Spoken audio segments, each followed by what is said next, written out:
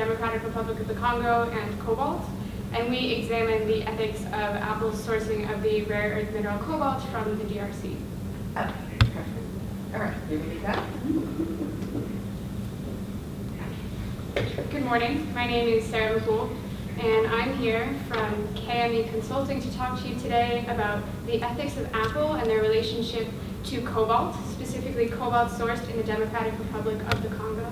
I'm here with my colleagues Simi and Tracy, and we're going to give you an overview of the problem along with what makes it a truly ethical issue and why Apple should care about changing their relationship to both the DRC and to cobalt.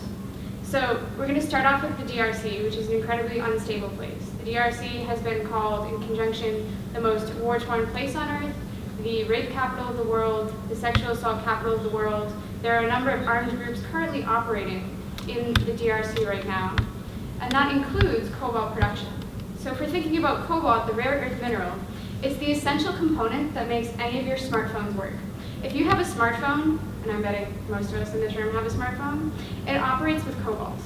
And the probability that the cobalt in your smartphone was possibly mined by a child in the DRC is both incredibly high and difficult to discern. So it's hard to tell, and it's also highly likely that these are heavily conflict-invested minerals that Apple's using. Second, we want to talk about human rights and brand ethics.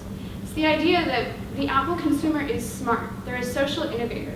They're a person who wants to buy a product that reflects on their values, but we're betting that that value doesn't include exacerbating conflict, exacerbating child labor, ecological destruction. Some of the worst birth effects seen nowhere else in the world have all occurred as a result of cobalt mining in the DRC. So we think it's incredibly relevant for Apple to really try to connect their practices with the image that their brand is giving off. Because your brand, in the end, is kind of all you have.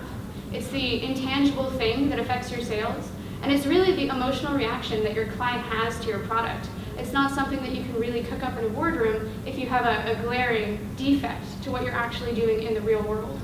And thirdly, we just want to emphasize that Apple can't tackle this problem alone, but that's not a reason for Apple to not try to tackle this problem at all. The DRC is complicated, the situation is convoluted, and cobalt is essential. We don't argue that they shouldn't use cobalt. We don't even argue that they shouldn't use cobalt from the DRC. We're arguing for a more responsible interaction between these markets, these countries, and Apple as a multinational corporation. Because we at KME believe that ethics and sustainability go together, but more importantly, ethics and profitability go together. By creating a sustainable relationship with your supply chain, with other countries, by being a face not just for America's social innovators, but for the world's social innovators, Apple is going to put itself in the position where instead of being a tech company that flashes in the pan for 50 years, it becomes an industry mainstay for as long as technology is innovated. So with that introduction, I'm going to pass things over to my colleague Simi. Hi everyone, my name is Simi, and I'm going to talk about the political stability of the Democratic Republic of the Congo, and I'm also going to talk about the history of mining of cobalt in the DRC.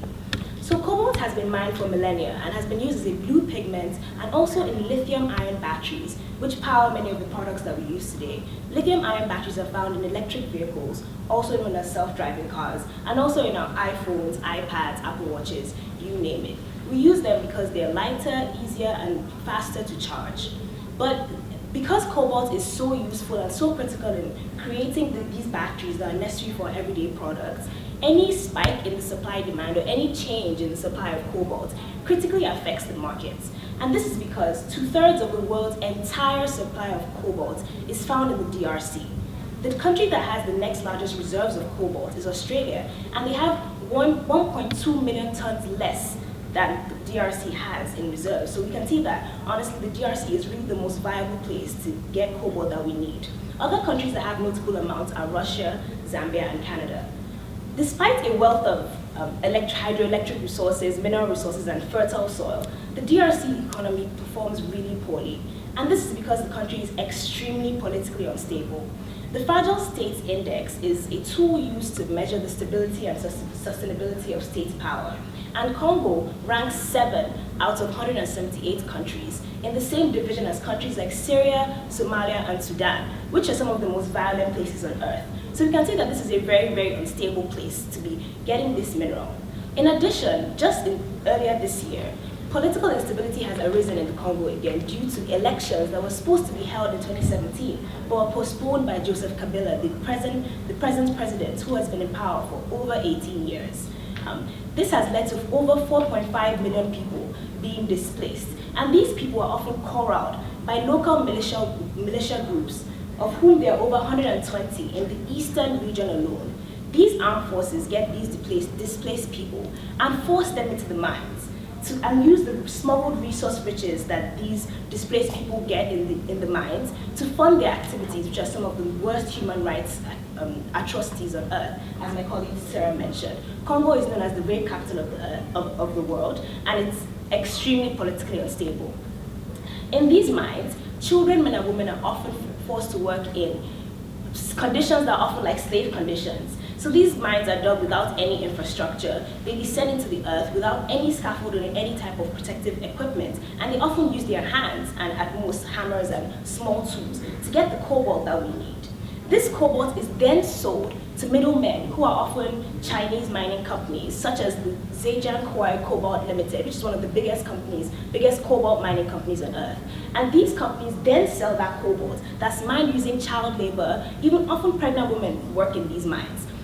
They sell this cobalt that's mined to Chinese mining companies, who then take it to battery makers, who then supply multinationals such as Apple, Tesla, and Microsoft. And then we get our products that we use every day and that help to make our lives better. So we can see that the ethics of mining cobalt in Congo are severely affected by the human rights violations that we see in these supply chains. The supply chain for cobalt is often extremely convoluted, and in these unmonitored and unregulated mines, anything goes. The middlemen, who are the Chinese mining companies that I mentioned earlier, aren't interested in investigating what's happening in the mines. They're only interested in the sacks of cobalt that they receive from people who are known as artisanal diggers, which is just a fancy way for saying that they use their hands to dig into the soil. They're only interested in the price they can get for this mineral and what they can get from companies like Apple and Microsoft and Tesla, who drive the demand for cobalt. So I'm going to hand over to my colleague Tracy now, who's going to talk more about Apple's role in this situation. Thank you, Simi. Hello everyone, my name is Tracy Kaya, and I'll talk about Apple's role in the situation. So as we're all familiar with Apple products such as the iPhone, the iPad, Apple Watches, all these products use lithium-ion batteries in them. In these lithium-ion batteries, a main component is cobalt, as explained by my colleague Simi. And the problem with these lithium-ion batteries is that Apple needs to use these lithium-ion batteries so they can remain a main competitor, because the lithium batteries are light in weight, they're durable, they're able to hold energy for long, and they don't lose as much energy when they're sitting during idle time. But the question is not whether Apple should use lithium-ion batteries. The question is, what should Apple do about this situation where they do need to use the lithium-ion batteries to be able to give us quality products? So Apple in 2016 was in the news for this same problem, the supply chains of the people who they buy the batteries from. In 2018, this is still a problem today. Many of these companies cannot prove that their supply chains are free of child labor. Apple is doing nothing to be able to tell these companies that if you do not supply us with your clean supply chains, we're not going to do business with you. In 2017, 65.3% of Apple's revenue came from iPhones alone. Note, iPhone is not the only product that Apple supplies that uses lithium-ion batteries. So if 65.3% of their revenue is affected by this mineral that is killing children in Congo, putting them in atrocious conditions, affecting their health, affecting their ability to compete on the global market in their future, is this really right? Can Apple stand and say that a profit is better than a child's life in Congo? We don't think so. So Apple has taken some steps in trying to fix this problem through the Responsible Cobalt Initiative, where it partnered with Samsung in an attempt to clean up the supply chains. However, this initiative does not have much to show today. And so we're still back at point zero, where nothing is happening in regards to the supply chains of these mining companies. So our question today is, are the human atrocities happening in Congo worth us having an iPhone? Is it worth it for us to use these mobile devices that the children in Congo will probably never use in their lifetime? I don't think so. Our team believes that Apple can use its resources and its reach to be able to improve these solutions, to be able to improve these conditions of the children in Congo, such that they're operating optimally in terms of profit, but they're also considering the ethical implications that come with sourcing this mineral that they do need in their business. Thank you.